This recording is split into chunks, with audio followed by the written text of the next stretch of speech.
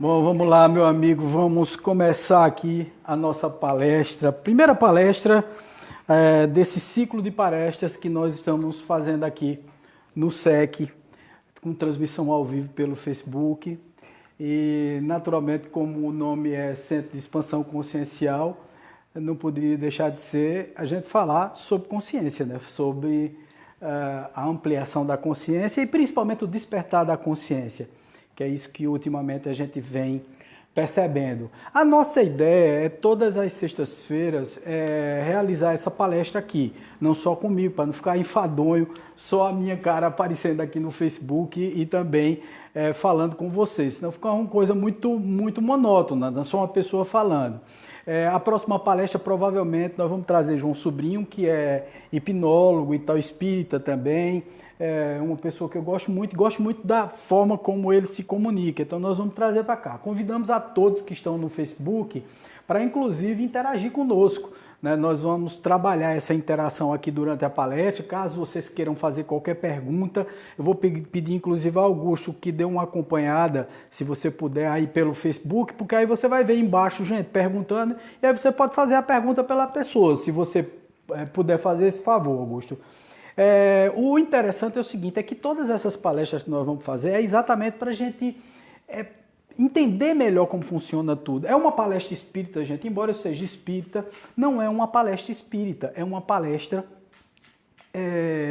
holística, é uma palestra ecumênica, porque eu vou trazer aqui diversas pessoas, eu vou trazer pessoas de diversas religiões, credos, filosofias de vida.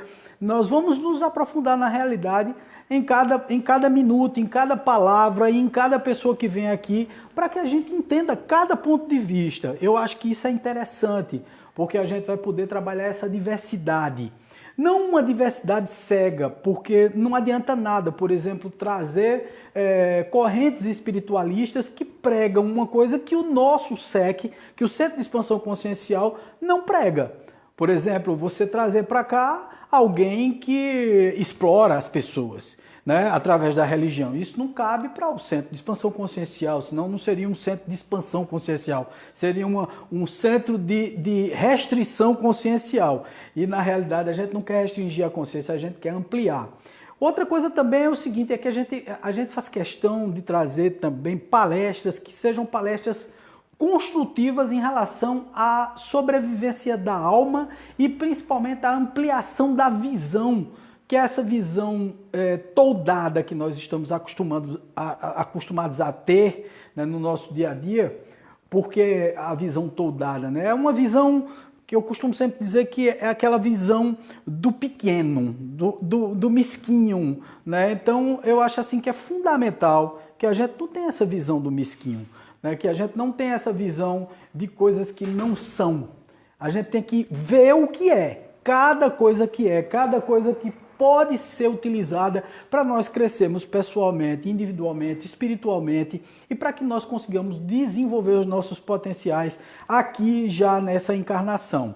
Eu acho que Kardec tem uma frase que eu acho uma das frases mais lapidares dele: não espere para uma próxima vida para poder evoluir, já evolua nessa vida, nesse momento. Eu vou citar muito Kardec, tá, gente? Por quê? Porque eu considero assim que Kardec foi um ícone, é um ícone, é um ícone de uma nova consciência surgida desde 1857, quando do lançamento do Livro dos Espíritos e quando ele começou a fazer a codificação espírita. Kardec foi realmente um marco divisor entre aquele mundo que estava surgindo extremamente materialista, né, muito voltado às teorias marxistas, né, às teorias que se conectavam a Nietzsche, né, o grande escritor Nietzsche, que eu respeito demais a filosofia de Nietzsche, mas extremamente materialista. Também surgindo as ciências do psi na época, com Freud, né, onde Freud também tinha muito essa coisa materialista, e a visão de Freud era uma visão completamente material, ao contrário de Carl Gustav Jung, que era uma visão mais espiritualista. Então são várias contraposições que surgiram naquele momento onde Kardec surgiu com a doutrina dos espíritos. E aquilo ali foi muito bom, muito bom. Só para vocês terem ideia, nesse marco histórico, surgiram várias coisas. Por exemplo, para poder contradizer o que Kardec estava dizendo, surgiu a parapsicologia, tá certo? Com Joseph Banksheim, no começo do século XX. Né? Também surgiram várias outras teorias, várias outras ciências que estudavam a ampliação da consciência humana, né? Como funcionava a consciência humana. Uma das primeiras perguntas que eu sempre me faço, e eu gostaria de fazer a cada um de vocês, principalmente na internet também, o que vocês acham que é consciência? A primeira coisa, nós estamos conscientes do que fazemos? Nós nos conhecemos plenamente? Como Sócrates viu lá no Panteão, né, lá na Grécia Antiga, tinha lá a frase, conheça-te a ti mesmo. Veja, conheça-te a ti mesmo é uma coisa tão profunda, gente, tão profunda, a gente nem avalia a profundidade dessas palavras. Conheça-te a ti mesmo, né? Se você conhece a você mesmo, você conhece o mundo, é uma consciência desperta. Mas muitas vezes a gente percebe que a questão da consciência está muito conectada, peso da consciência. Fulano de tal está com peso na consciência. Eu fico imaginando que danado é peso na consciência. Peso na consciência é o quê? É um monte de halteres colocado na cabeça do cidadão. O que é peso na consciência? Peso na consciência é o quê? É aquela coisa que você sente que intrinsecamente você não está fazendo a coisa certa? Provavelmente. Mas de onde é que surge o certo e o errado? A ética, a não ética, a moral, a falta de moral? O fazer certo ou o fazer errado na vida? De onde é que surge isso? De onde é que surgiu essa ideia universal? Porque é uma ideia universal. Todas as religiões, filosofias do mundo, até os materialistas, ao se comportarem no seu dia a dia, eles têm uma atitude de comportamento ético.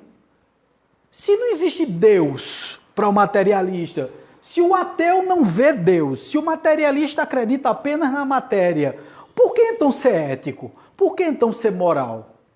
Será que a consciência do certo e do errado não está intrinsecamente inserida em nós?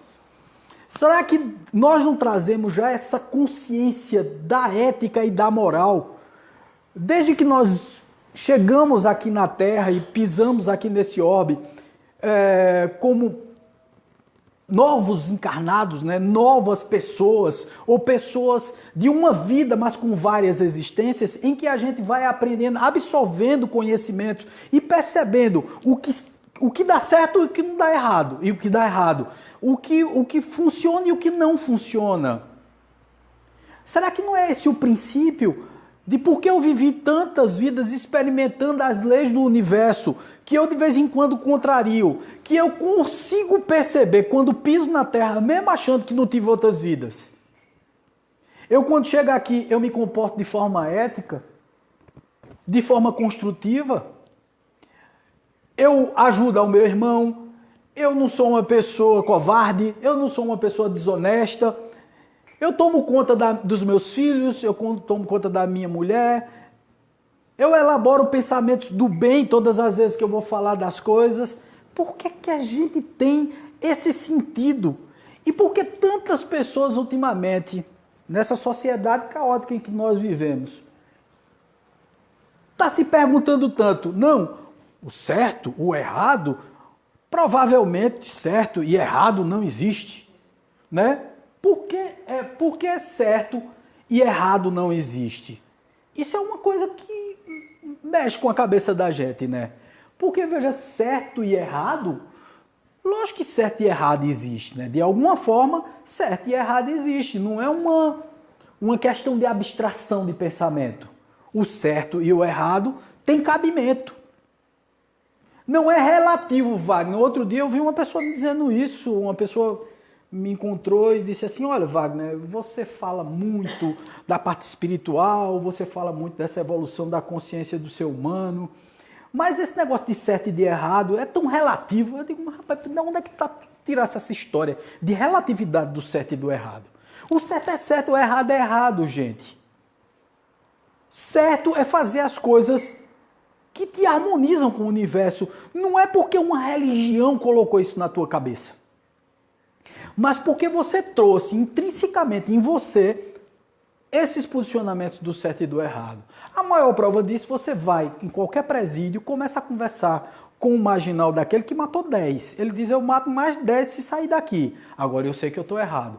Por que ele sabe que está errado? Só porque foi preso? Veja que é um questionamento filosófico que a gente precisa pensar direito isso.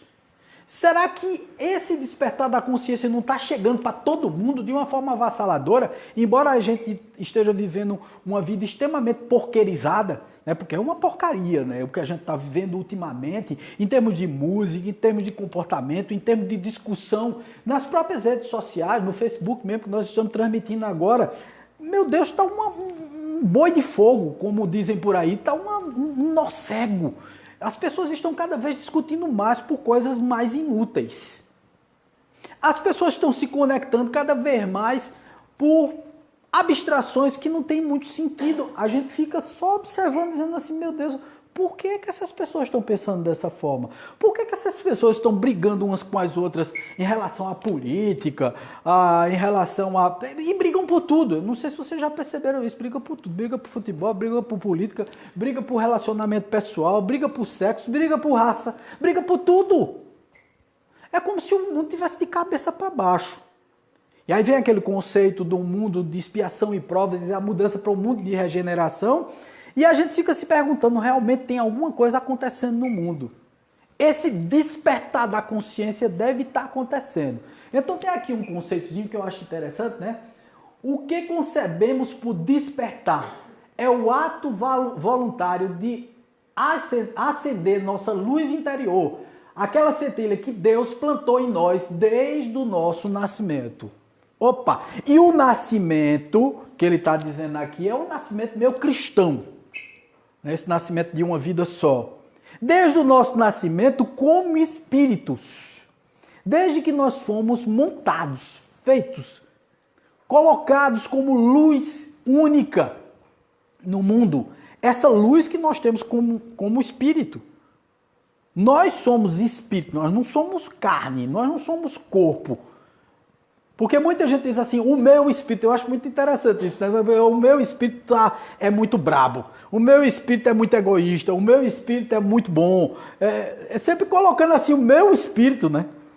Como se fosse uma entidade separada, o meu espírito. Não, moço, você é o espírito. Você está entendendo? Você está vestido com um corpo, mas você é um espírito, você não é um corpo.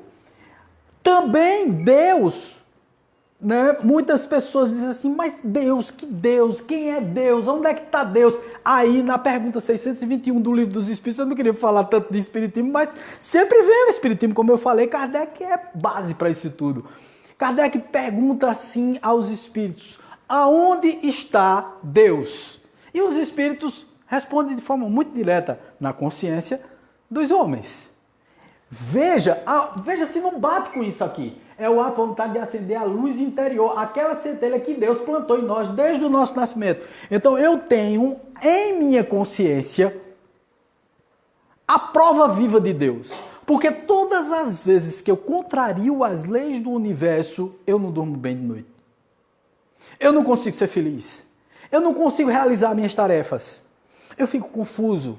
Meus objetivos ficam turvos.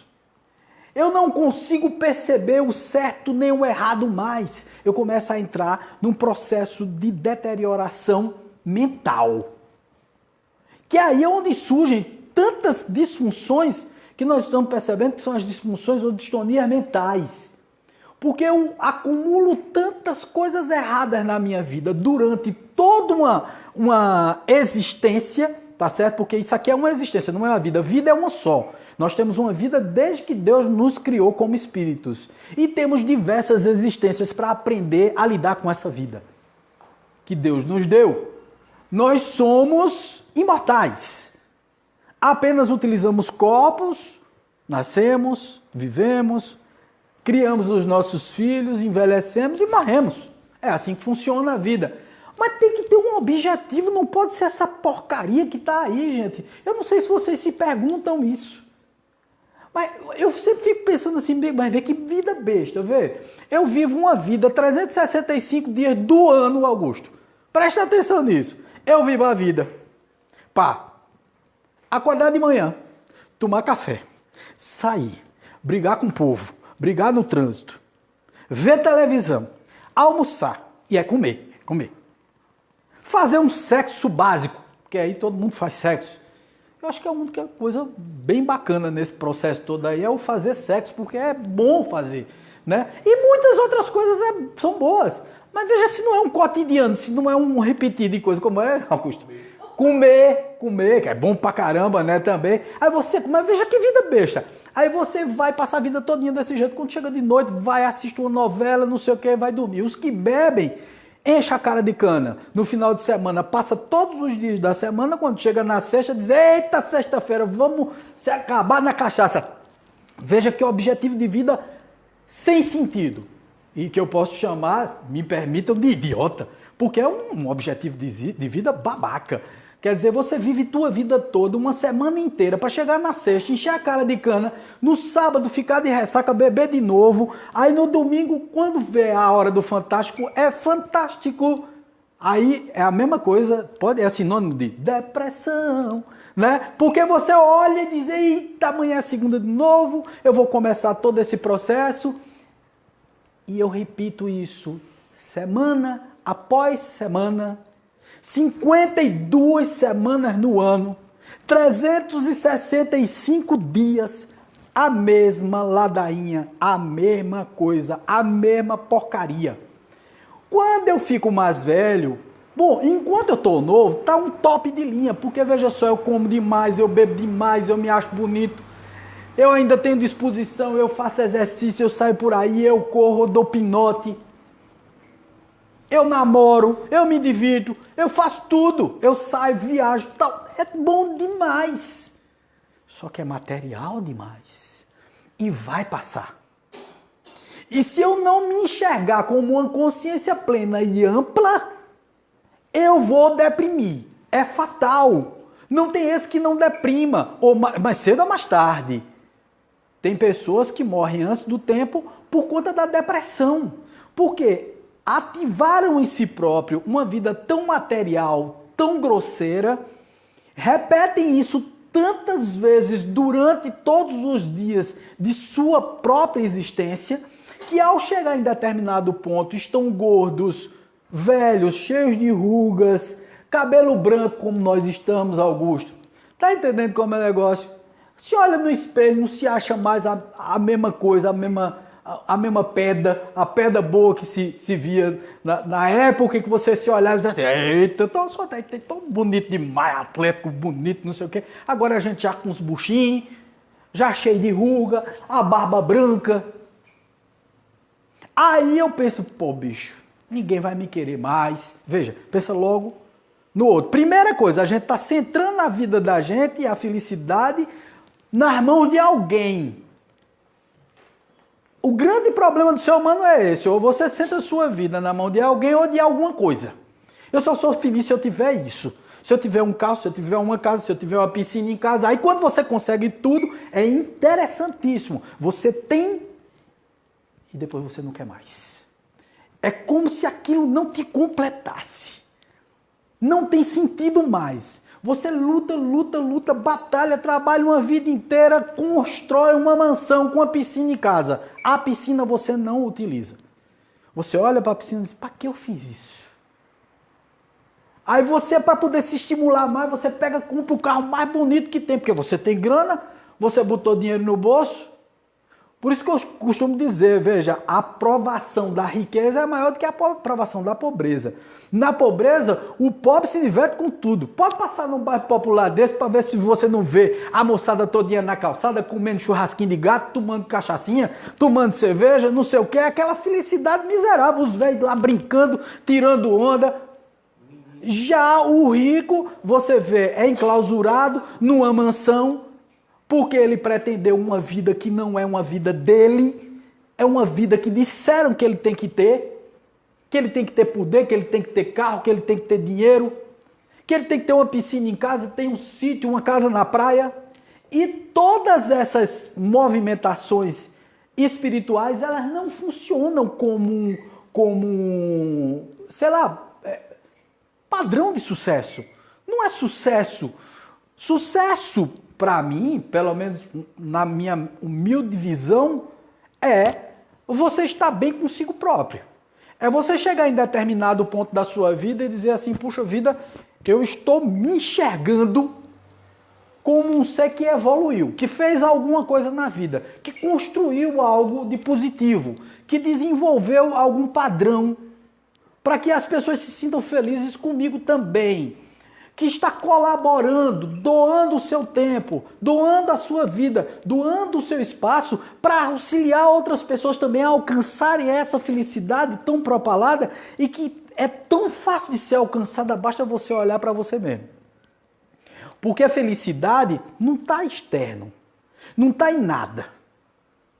A felicidade está exatamente dentro de você, porque é com a conquista da ampliação da sua consciência que aí, ó, no despertar. Despertar é enxergar e conseguir ver. Enxergar e conseguir. Você, mas quem é que não enxerga e não consegue ver? Muita gente. Muita gente olha e não consegue ver. Não consegue ver a própria felicidade. Não consegue ver a própria família. Não consegue ver que é feliz já e está pedindo a felicidade a alguém que ele já tem. E ele fica falando com Deus e ele culpa Deus de tudo. Quando Deus já deu tudo. Deus deu o livre-arbítrio, deu um corpo para ele vir e para aprender. Deu toda a condição do mundo dele ser feliz. Porque se eu sou um espírito imortal, eu não preciso muita coisa a mais do que o meu próprio ser. Eu não preciso mais nada. Eu não preciso mais nada. Eu estou feliz do jeito que estou. Está numa boa. Hoje, na meditação que eu fiz para o Outubro Rosa, aliás, eu agradeço ao pessoal da Clínica Renove, que me chamou, me convidou para fazer a comemoração do Outubro Rosa, né, que é o outubro que combate o câncer de mama. E nós fizemos uma meditação lá. E eu estava falando, eu não tenho direito de ser infeliz.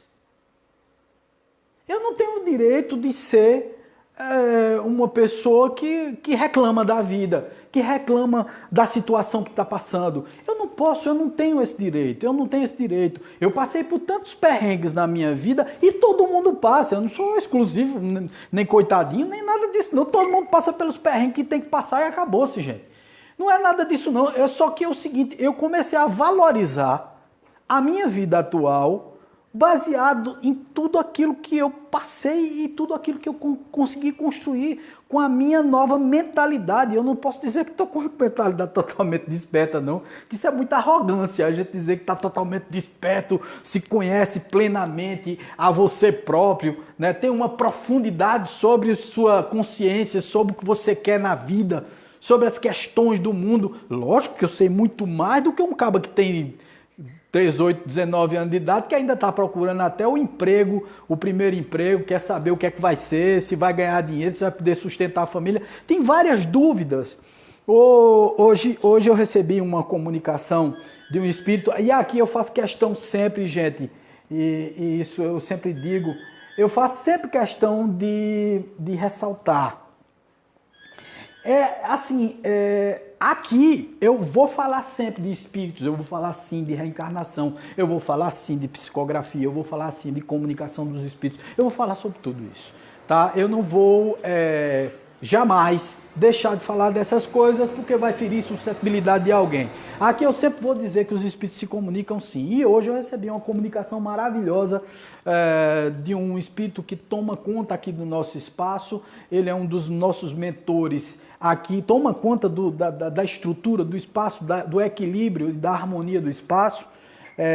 Trazendo os bons pensamentos, orientando a espiritualidade que vem aqui, orientando na meditação, nas aulas de apometria, mediunidade com apometria, nos tratamentos mediúnicos na nossa sala azul. Então, na realidade, nós falamos sempre de espíritos. E ele veio hoje pela manhã, através de mim, e eu psicografei uma carta dele, um texto, sobre os filhos. Mas por que foi que isso despertou em mim sobre os filhos? Porque vez por outra, o meu próprio filho, vez por outra, me pergunta por que é que vai para a escola, por que é que, né, tem uma matéria ou outra, por que é que não sei o quê, porque tá entendendo como é? Então, e muitas assim, eu não gosto de determinadas coisas e tal. E a gente sempre é assim. A gente, quando está na infância da nossa humanidade, da nossa estrutura como espíritos aqui na Terra, a gente se questiona das mínimas coisas. A gente questiona por que é infeliz. E aí a gente sempre pergunta ao outro assim, vem cá, por que é que tu tá te achando infeliz? Qual é o problema? Tá doente ou não? Tá desempregado ou não? Tem gente que não tá mesmo. Você tem dinheiro, você se provém? Não, se me provém, tá tudo certo, tá tudo equilibrado, tá tudo ótimo. E por que tá infeliz? Não é uma coisa que tá dentro de mim, é uma coisa que eu não sei explicar bem o que é. Aí eu digo, opa... Então é o despertar da consciência. Significa que alguma coisa está ali tocando de alguma forma, está mexendo com a sua consciência, mexendo com aquilo que Deus botou dentro da sua cabeça como espírito, tá certo? Aquela coisinha, aquela centelha que você precisa despertar, que você precisa entender, e que o próximo passo vai ser realmente ampliar naturalmente a tua consciência. Ou então você é um brutal, um egoísta. E de um reclamão, porque tem gente também que tem o outro lado, que é coitadinho, né? É coitadinho de tudo, é coitadinho da vida, é coitadinho da situação, é coitadinho, desconfia de tudo, desconfia de todos, acha que a vida dele é péssima e a vida dos outros é maravilhosa. E sempre fica invejando a vida dos outros. Já viu que tem muita gente que inveja, mas inveja assim, de uma forma muito assintosa, sabe? É como se o outro tivesse a vida que ele queria ter. Outro dia eu falei sobre isso, sobre Tom Cruise, né? Tom Cruise sobre Brad Pitt, né? E Brad Pitt, muita gente queria ser quem Brad Pitt é, né? Um cara bonitão, ator extremamente inteligente, um sucesso danado, casado com uma mulher maravilhosa, era casado, porque se separou, Angelina Jolie, e todo mundo quer viver a vida do cara. Eu digo, você já pesquisou para saber o problema que o Brad Pitt tem? Por que ele se separou da mulher? Bom, problema com álcool, problema com droga, vícios diversos e tal, pelo menos é isso que é contado na mídia. Né? A gente não sabe se é, não estou aqui julgando o rapaz, nem nada disso. Eu só estou dizendo o seguinte, muitas vezes a gente fica almejando, a gente fica cobiçando a vida de alguém, só que aquele outro alguém, ele é altamente infeliz. Ele não gosta da vida que tem. Ele preferia viver numa choupana,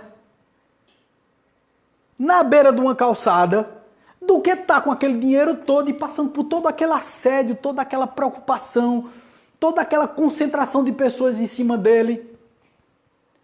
Percebe? Muitas vezes a gente fica querendo uma vida que não é a nossa vida e não tem isso na consciência, não tem isso no entendimento. Uma outra coisa, trabalhar consciente em ampliar o campo de percepção, alargar os horizontes. Quem alarga os horizontes todos os dias? O que é que eu vou fazer hoje para ser feliz?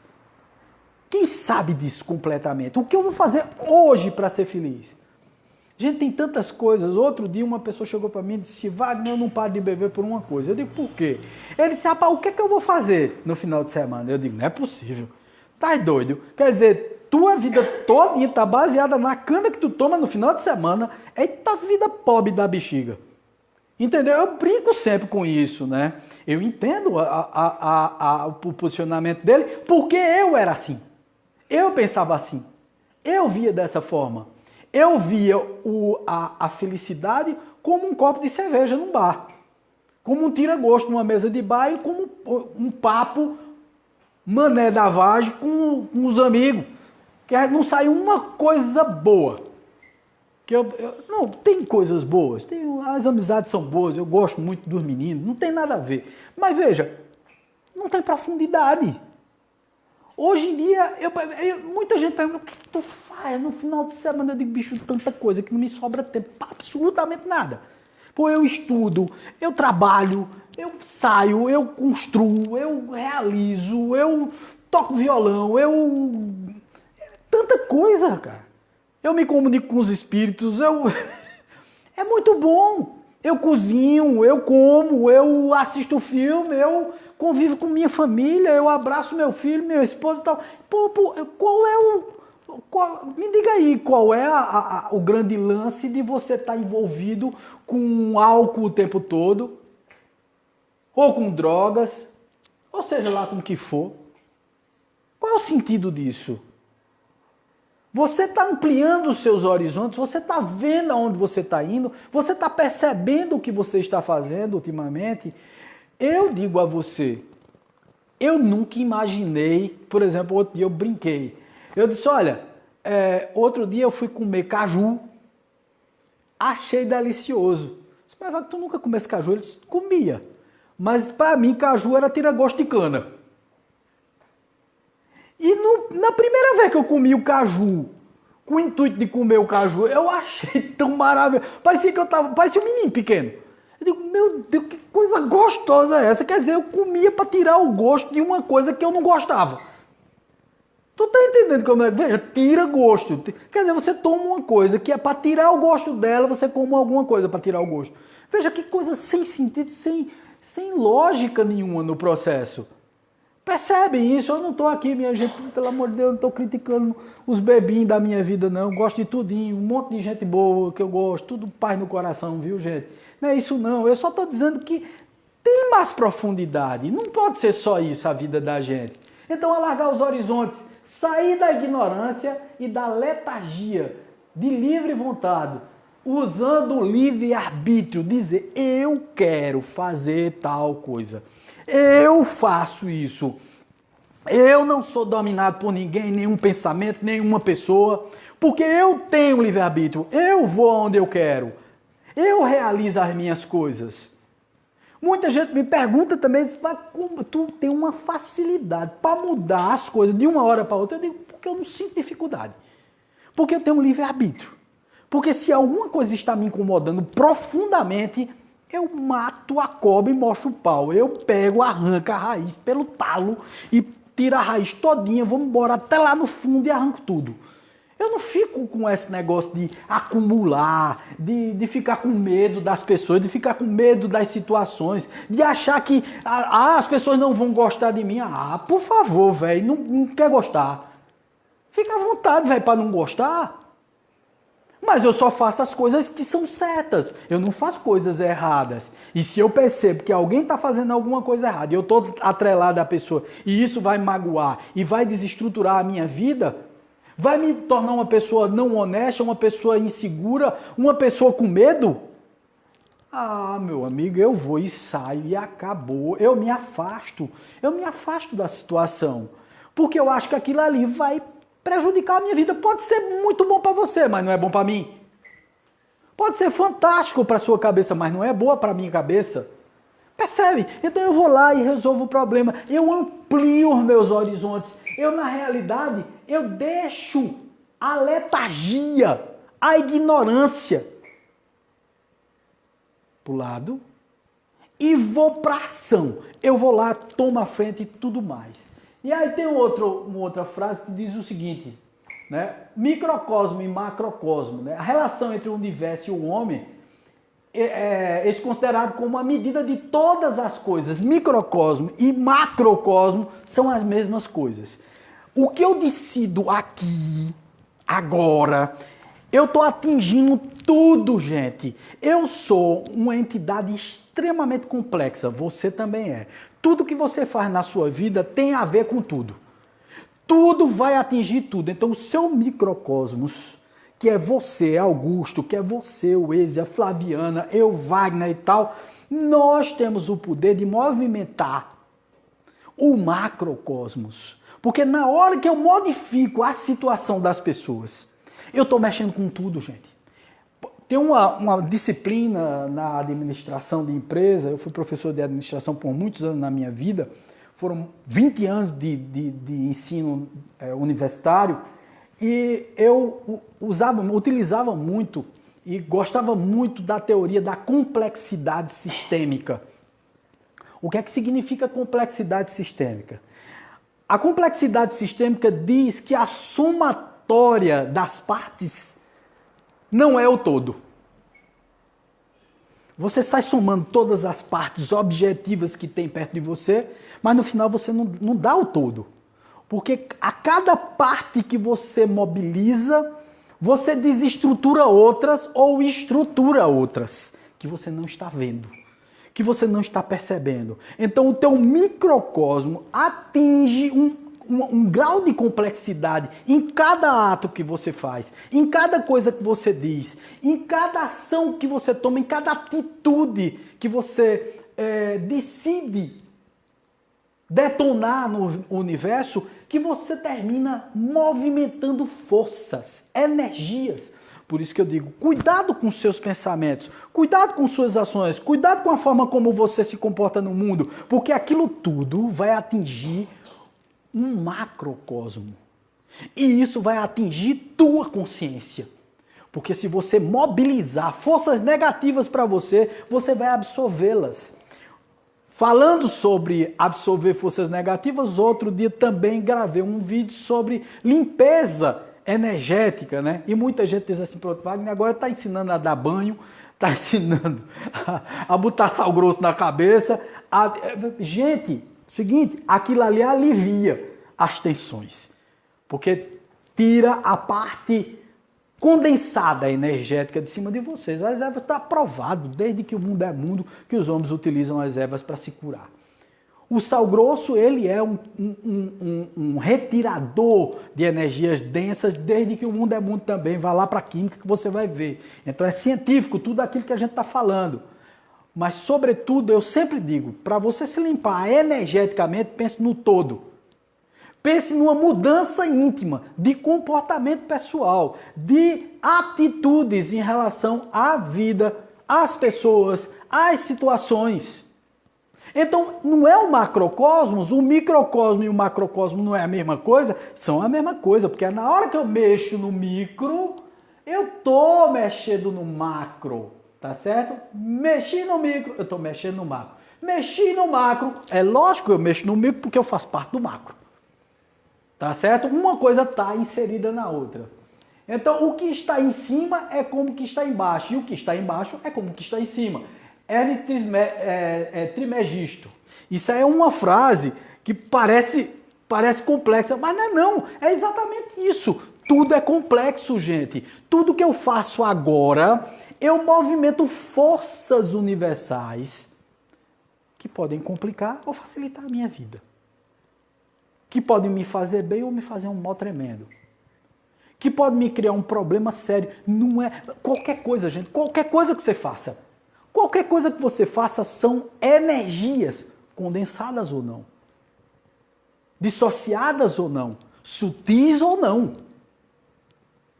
Quando diz, Wagner, o diabo existe, eu digo existe, na tua cabeça. Porque se você alimentar o diabo na tua cabeça, ele vai existir. Você é energia pura, você alimenta teu pensamento, você plasma tudo aquilo que você pensa. Se você plasma tudo aquilo que você pensa, significa dizer que você mobiliza as energias universais. Teu microcosmos atuando no macrocosmo. O que está embaixo, está em cima. O que está em cima, está embaixo. São duas coisas que não se separam, gente. Tudo que nós fazemos importa. Não deixa de importar em momento nenhum de nossas vidas. Etapas do processo do despertar. Nem todos passam nessa sequência, mas muitos transitam por elas. Quais são as etapas? Em alguém não desperto, a visão de mundo se limita aos seus interesses pessoais restritos. O mundo pessoal é o que tem significado. A pessoa é levada e programada aleatoriamente em funções das circunstâncias. Quer dizer, acordar de manhã, é comer de manhã, é se levantar. A maioria não está nesse caso aqui. Tá. Você vive pelas circunstâncias. Você não vive pelo pensamento, não. Você não vive por sua consciência. Você vive pelas circunstâncias. Você faz tudo automaticamente. Você é quase um autômato de uma vida que não é uma vida bacana. Por isso que as pessoas são infelizes. Porque a vida não é bacana, não é significativa. Aí muita gente diz assim, Wagner, eu vou me embora, eu vou me mudar de país, vou para uma outra cidade, porque eu vou me sentir feliz. Eu digo, tem uma bronca. Qual é? Eu digo, a bala. Que mala? Tu. Tu tá levando tu com tu. Não tem como, você não se dissocia de você. Então, se você é mau, ruim, ingrato, pouco humilde, tu acha que isso tu não vai levar tudo para o lado de lá, não? E não vai ser infeliz por conta de todas essas tuas poucas qualidades, não?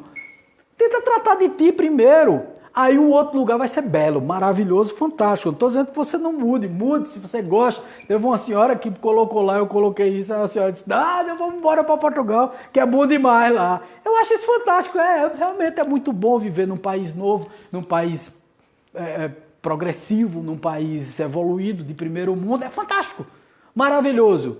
Mas se você for com problemas, você leva os problemas com você. Você não nos deixa aqui no Brasil, não. Você pode estar querendo mudar, lógico, você tem todo o direito de mudar para um país que é melhor, que é um país que você acha que é bacana, que é adequado para você, fantástico, vai embora, vá com Deus, um abraço, um beijo, um amasso e tá tudo certo, vá-se embora para a sua felicidade, tá massa. Agora, vá sem os problemas mentais, pessoais, sem os carregos de energias que você sempre carrega. Não é coisa de macumba, é coisa de lógica. Você está entendendo? Não leve malas pesadas com você, que são as malas do pensamento, as malas da depressão, as malas da ansiedade, as malas da tristeza, as malas do pânico, as malas do medo, do não perdão. Se você leva tudo isso com você, você vai chegar no canto. Nos primeiros dias vai ser massa, o primeiro mês massa, segundo mês menos massa, terceiro mês você já se encontra com você.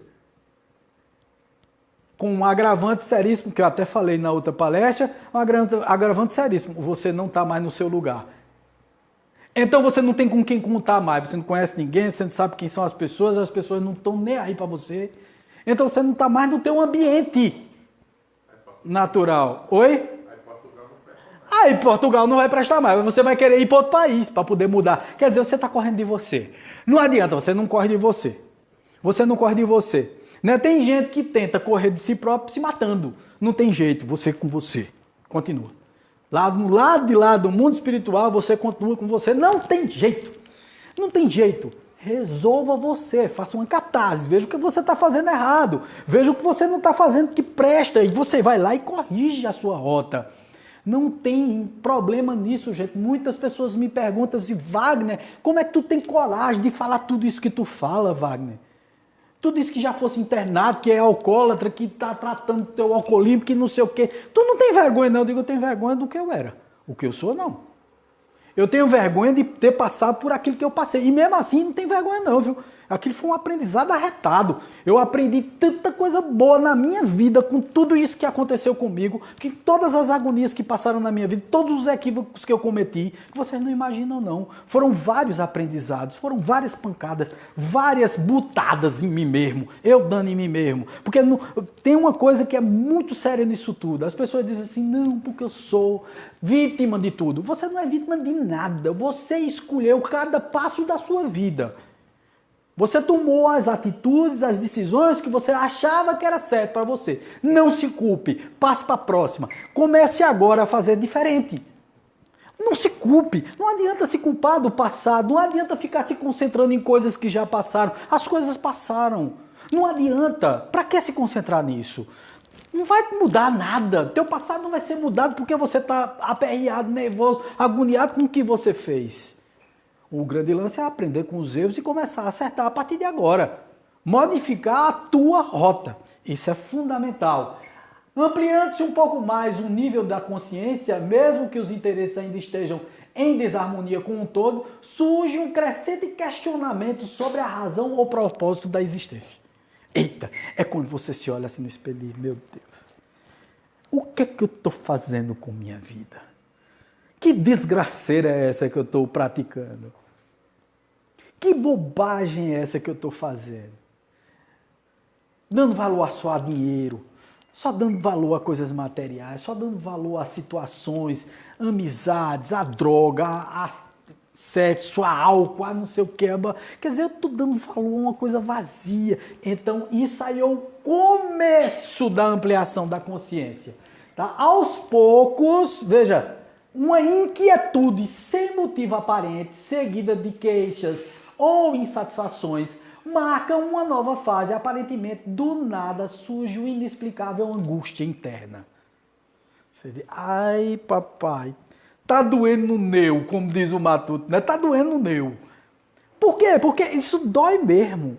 Surge uma angústia. Você diz, meu Deus, que bobagem, que é isso que eu estou fazendo? Aí depois, nova etapa, se discutindo. Agora se quer respostas dos questionamentos mais profundos do ser humano e as primeiras noções de conexão e inter-relação são aceitas. Aí você diz, epa, tem um caminho novo. Eu tenho uma nova consciência, eu vou ler mais, eu vou descobrir sobre mim, eu vou mudar de profissão. Porque todo tempo é tempo, gente. Tem gente que diz assim, eu estou velho para mudar. Não existe velho para mudar. Eu vivo dizendo isso, eu com 53 anos me sinto com 20.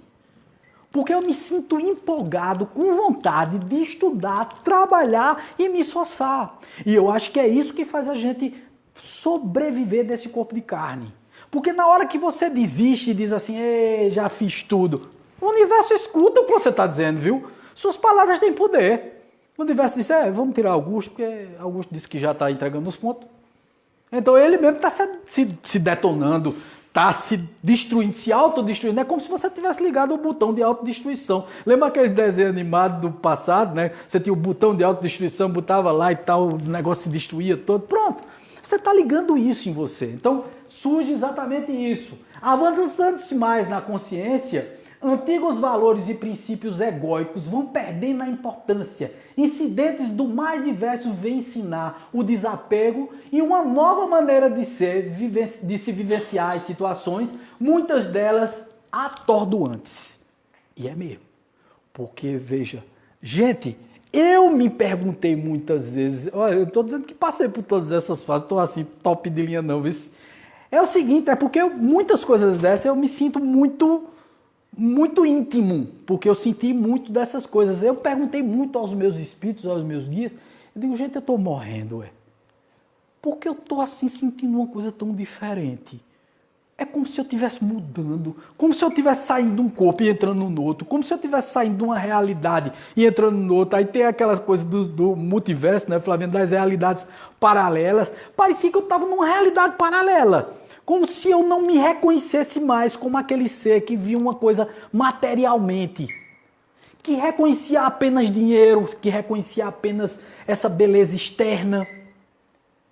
Eu comecei a desvalorizar essas coisas externas e comecei a valorizar as coisas internas, as coisas interiores, que estavam dentro de mim, não fora de mim. E é iniciada uma busca, não se sabe bem pelo quê, mas ela poderá levar ao caminho espiritual e seu preponderante papel na vida como ser humano, ou do ser humano. Você desperta. Parece que botou o pé no chão e disse assim, meu Deus, eu tenho um valor. E aí, veja, muita gente diz assim, ninguém me valoriza. Eu digo, você se valoriza? Não. Eu digo, lascou. Se tu mesmo não te valoriza, como é que as pessoas vão te valorizar, criatura de Deus? Se tu não faz nenhum esforço para sair da letargia, do paradeiro que tu... É como se tivesse uma água estagnada. Em água estagnada dá o quê? Micróbio, bactéria, doença, só coisa ruim.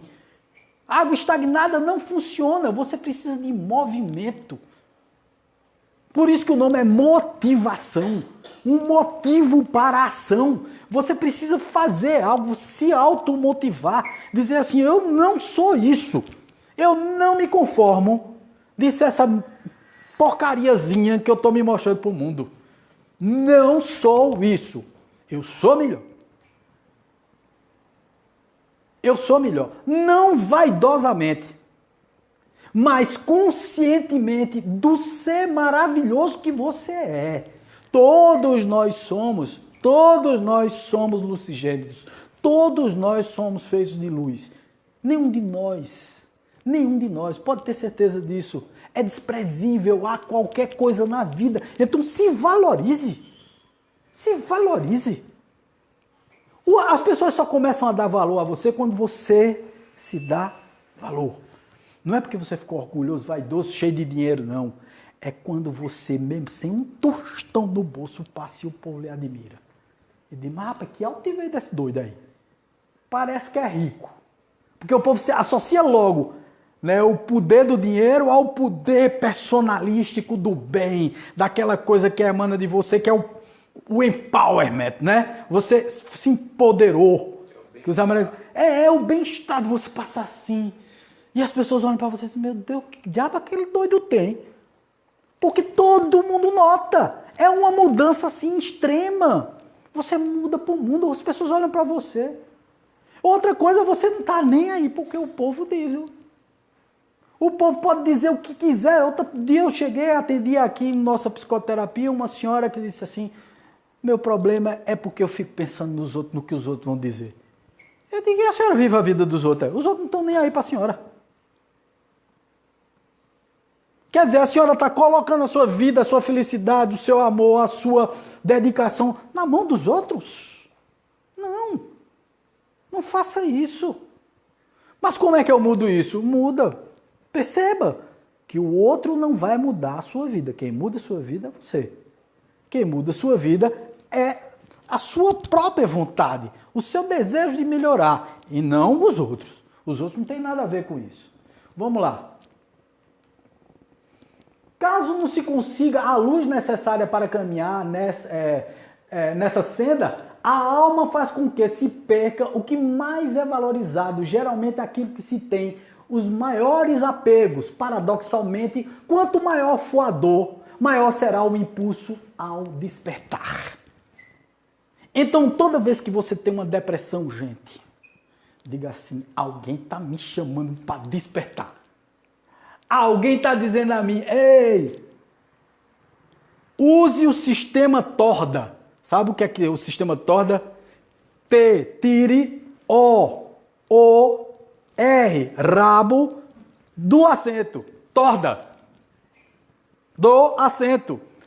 Tire a bunda daí, meu velho. Vá trabalhar, vá fazer alguma coisa. Levante, vá correr. Vá andar com o cachorro, como o Augusto faz toda de manhã. É bom demais. Desperte para a vida. Faça algo. Levante a cabeça, tenha hombridade nos seus propósitos. Então, veja, grandes comoções ou perdas e danos deixam um caminho livre para a alma agir sobre o ego, de modo que esse último possa ir se educando para que a alma lidere sua vida e não mais os interesses menores. Então é na hora que você diz assim, ei, quando ele diz aqui sua alma, né, parece que a gente tem uma alma, nós somos a alma, tá? Você diz a você mesmo, você se olha no espelho e diz assim, ei, tá na hora de mudar, papai. Ou vai ou racha, ou vai ou a quartinha quebra e a água vai derramar. E você é muito importante para o mundo, mas vai, eu sou assim, porque eu sou assado, porque eu sou assim. Tudo tem um sentido. Todos nós temos o nosso valor. Eu me recordo muito bem da história dos vasos. Eu não sei se vocês conhecem essa história.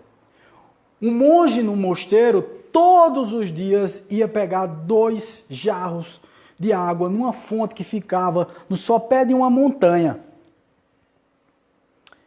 E o monge pegava os 2 jarros, um perfeito, um jarro perfeito, e o outro tinha um furo, mais ou menos na metade do vaso. O monge ia, enchia um vaso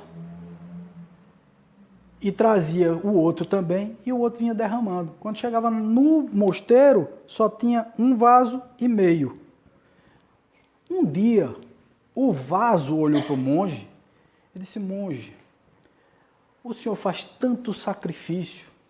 Todas as manhãs o senhor sai de casa, daqui do mosteiro, e vai buscar água no sopé da montanha distante. O vaso bom é perfeito, traz muita água. E eu sou imperfeito. Saio derramando a água no caminho, o senhor quando chega aqui só tem um vaso e meio de água. O monge pegou o vaso falho, tinha um furo no meio, levou no caminho e mostrou a ele que do lado do vaso bom só tinha pedras. Do lado do vaso que era ele que tinha defeito, tinha flores e rosas. O que significa dizer que em qualquer momento da nossa vida nós distribuímos flores, rosas para o mundo. Nós distribuímos prosperidade, seja lá como for. Se nós tivermos qualquer defeito, qualquer problema, qualquer situação que passe conosco, nós podemos sim ser felizes. Nós podemos sim ser melhores. Nós distribuímos flores para o mundo. E não é porque nós somos falhos que nós deixamos de ser felizes. Todos nós somos falhos. Todos nós temos as nossas bobagens, os nossos egoísmos, a nossa falta de humildade, a nossa falta de perdão, de compreensão com as pessoas, com as situações. Todos nós temos, não tem um que não tem. Não tem um que não tem. Não é dizer que você é perfeitinho, não, porque não é. Não tem perfeitinho aqui dentro. Tá? Dentro desse orbe terrestre não existe perfeito. Nem os mais perfeitos são perfeitos. Nem os mais bonzinhos são tão bonzinhos assim. E você veja que os melhores são os mais humildes. São os que mais dizem que têm falhas e que têm problemas. 9. Nessa fase, o ser passa a abrir os olhos e começa a enxergar a vida. Tudo o que acontece agora é uma lição a ser aprendida. A pergunta não é mais, por que isso ocorre comigo? E sim, para que essa situação me veio? O que preciso aprender melhor? O que eu preciso aprender melhor? Por que isso está acontecendo? Será que não é para eu melhorar? Para eu desenvolver? Veja como é o despertar da consciência. A gente começa a se perguntar e se a questionar tudo.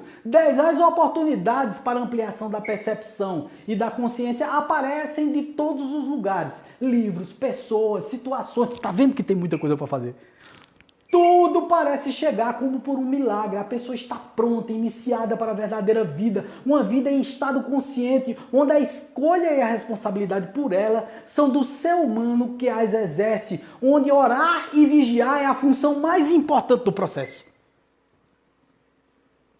Quer tomar conta dos próprios instintos, das próprias sensações e emoções. Do ter vontade de matar um e não ir. Porque às vezes dá vontade, não é não? Ou vocês são diferentes de mim? Não sou nada, né? Todo mundo tem essa vontade de tomar, meu Deus do céu. Quem não tem vontade de chamar um palavrão no trânsito quando um camarada dá uma fechada na gente? Quem não tem vontade de se indispor com alguém, às vezes até a gente sem razão, mas porque o outro feriu o nosso brio, o nosso orgulho, a nossa bobagem, nossa vaidade eterna? Mas o grande lance é a gente aprender com a nossa nova consciência, ampliar essa consciência para ver de uma forma melhor. Então, tem aqui, olha, pergunta quem sou? Teremos níveis de desenvolvimento espiritual que já galgamos. O primeiro nível é o estado de sobrevivente. O segundo estágio é personalidade, o ego. O terceiro, testemunha silenciosa. O quarto, conhecedor interno. O quinto, um co-criador. O sexto, uma consciência iluminada. E o sétimo, a origem. Vamos ver cada um deles. Estágio 1, um sobrevivente. É a reação de lutar e fugir. Mundo de dificuldades, por exemplo, os mundos primitivos são reações de lutar e fugir. Mas tem gente que ainda vive um mundo primitivo aqui nesse. Lutando e fugindo. De tudo. Da própria consciência, dos próprios erros, das próprias besteiras que faz. Entendesse? Vive fugindo. O segundo estágio, personalidade, reação de agir, um mundo de competição. Ah, eu quero matar Augusto. Não, ele não vai ter o que ele tem. Ah, não sei o que. Ah, não, eu vou concorrer com ele. Ah, não, eu tenho que ter mais que ele. Ah, eu tenho que ser melhor do que ele. Mundo da competição. Terceiro estágio, uma testemunha silenciosa, reação de consequência em repouso, mundo de solidão. É quando você silencia e olha. E diz, estou lascado. Eu preciso mudar. Eu preciso modificar tudo isso. O quarto estágio, o conhecedor interno. Aí é onde entra o conhecedor de si próprio, que o Sócrates dizia, Conheça-te a ti mesmo. Tá certo? Então é o quê? A reação intuitiva, mundo de insights. Pensar, quem sou? Quem sou? O que eu estou fazendo aqui? E crescimento, pessoal. Eita, meu Deus, eu estou crescendo, eu estou fazendo cada dia uma coisinha melhor. Cada dia eu estou desenvolvendo uma coisa bacana para sobreviver. Por que eu falo tanto que essa ação que a gente faz de doar sopa, de doar comida, não sei o quê, de ir lá na comunidade, de fazer o evangelho, de fazer tudo isso, nos engrandece? É porque é o mundo dos insights, do crescimento pessoal. É que você está se dedicando a alguém, você não é mais egoísta ao ponto de só pensar no próprio umbigo. Você começa a colaborar com a sociedade. Você começa a fazer um mundo melhor para as pessoas que estão ali. Então você começa a se sentir bem, lógico. Você entrou no mundo dos insights, você entrou no mundo do conhecimento interno, do conhecimento pessoal. Você diz, eita, como é bom fazer isso. O Edja mesmo vive dizendo assim, terça-feira para mim é o melhor dia da semana. Porque é o dia que eu vou, que eu dou sopa, que eu vou conversar com o povo, que eu vou... É bom demais mesmo, gente. É bom demais. Quando eu digo assim, olha, praxiterapia, olha, fazer o bem faz bem a quem faz bem. Tem gente que acha que eu estou pedindo ajuda. Que diz assim, não vale estar dizendo isso, que é porque ele está sozinho nesse negócio aí e está pedindo ajuda. Não, gente, eu estou querendo ver se vocês entram nessa comigo, de se sentir bem a cada terça-feira e aquilo ali se irradia para o resto da semana. O SEC podia ser apenas, gente, um centro terapêutico que não trabalhava com isso aí, não tem obrigação nenhuma de fazer isso. Mas na terça-feira a gente faz isso para a gente se sentir bem. A gente não está fazendo favor a eles não lá, viu? Eles é que estão fazendo favor a gente, porque é uma terapia tremenda de esquecer das próprias broncas, de olhar a situação do próximo, de ver que a gente está reclamando de barriga cheia. Percebem isso? O mundo dos insights. O quinto estágio, um co-criador, é a reação criativa, mundo de arte, invenção e descoberta. Porque, olha, só quando você tem os insights, sai da quarta fase é que você vai para a quinta. É que você começa a criar cada vez mais. A você ver o mundo mais belo. A você plantar um jardim. A você criar uma casa. A dos teus sonhos, aquela que você se sente bem. A você mobilizar as suas forças intelectuais para aprender uma nova profissão. Para aprender a tocar violão, tocar piano, que você gostava tanto e tal, nunca aprendeu. Por que você nunca aprendeu? Não tenho capacidade. Não tem? Tem. Entra no mundo dos insights que você vai para o mundo de um co-criador. Porque imediatamente você se sente estimulado para fazer as coisas da vida. Você começa até a ganhar dinheiro. Porque o dinheiro começa a surgir. Porque dinheiro é energia. Ela chega quando você se dispõe. Dinheiro nem é bom, nem é ruim. Dinheiro é necessário e é uma energia que você coloca. Todas as vezes você diz assim, eu não ganho dinheiro nunca, não tenho dinheiro, não sei o que, não sei o que lá. Não vai rolar, viu? Não vai rolar. Faça sem pensar nele. E faça com boas intenções em tudo que você fizer. Que vem, naturalmente flui. E você vai vivendo numa boa. Você não vai enricar, não vai ficar bilionário. E para que você quer ser bilionário se você já entrou no estado de consciência em que o dinheiro não vale isso? Que a intranquilidade de ter bilhões não vale a pena. Então você vai ter o necessário para sobreviver, para viver tranquilo, para viver confortavelmente, porque isso também é bom, gente.